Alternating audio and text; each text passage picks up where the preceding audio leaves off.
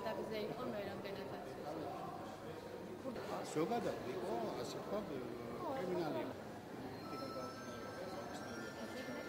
2001 წელში ვის გასამართლებული იქნა ყაჩაღობისთვის, დამკვლელობისათვის, რომელსაც მიესაჯა სასჯელი თავისუფლების საკვეთის სახით და ის სასჯელისაგან გათავისუფლდა რამოდენიმე თვის წინ. შურისძიების ნიადაგზე მკვლელობას რა თქმა უნდა არ გამოვრიცხავთ, განიხილება სხვა ვერსიებთან ერთად ეს მოტივიც დანაშაულის ჩადენის.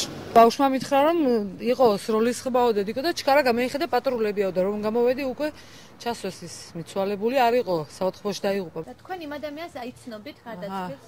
ნახდათ არ. თქვენ სუბანში დადიოდა ხოლმე თუ? ნაზია რომ არ დამინახია არასდროს, რა ვიცი.